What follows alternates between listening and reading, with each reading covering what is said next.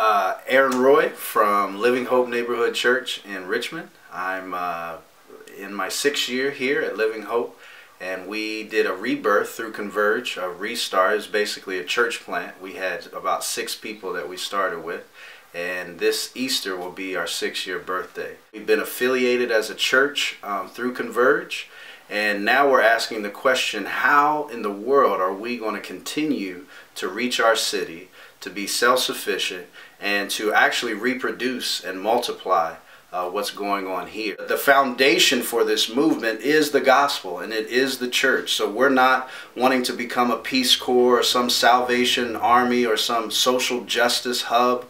We actually want to be a gospel-centered church. And so the last 5 years, that's what we've been establishing, is a church for broken people and of the poor and for the poor, and seeing God transform people's lives. So we're reproducing leaders now. We have a tool to where every 3 years we can produce every 2 years, we can produce 3 to 6 church planners that are ready, that have been trained theologically, that have had hands-on training, and they're ready to go out and to plant churches. And Converge is going to be a key cog in that, because they'll be assessing them and networking them and preparing them right along with us. So our Siafu Homes is geared towards taking 3 to 4 guys at a time, taking them through theological training, taking them through hands-on pastoral training, and equipping them so that they can be sent out to plant churches. Well, this right here is my good friend James and dear brother.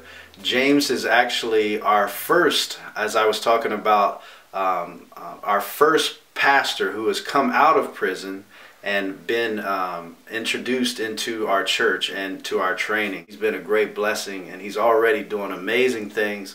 God is already using him powerfully here in our city, and we look forward to what James is going to do as far as planting churches and pastoring churches in the future. I think for me it's just humbling to see how God was able to show himself faithful, and especially even more than that, the faithfulness of his love that I continue to experience when I get together with Pastor Aaron, and just the way that he's welcomed me to the church, the way the church family has welcomed me, even Pastor Aaron's family has welcomed me and just considered me as part of their very own being here. So for me, it's just been a tremendous blessing, and I just love what God's doing, and I just love the fact that he brought me here.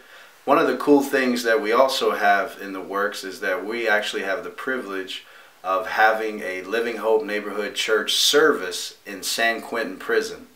And we are really excited about that. I myself was saved in prison by someone coming in and sharing the love of Christ with me.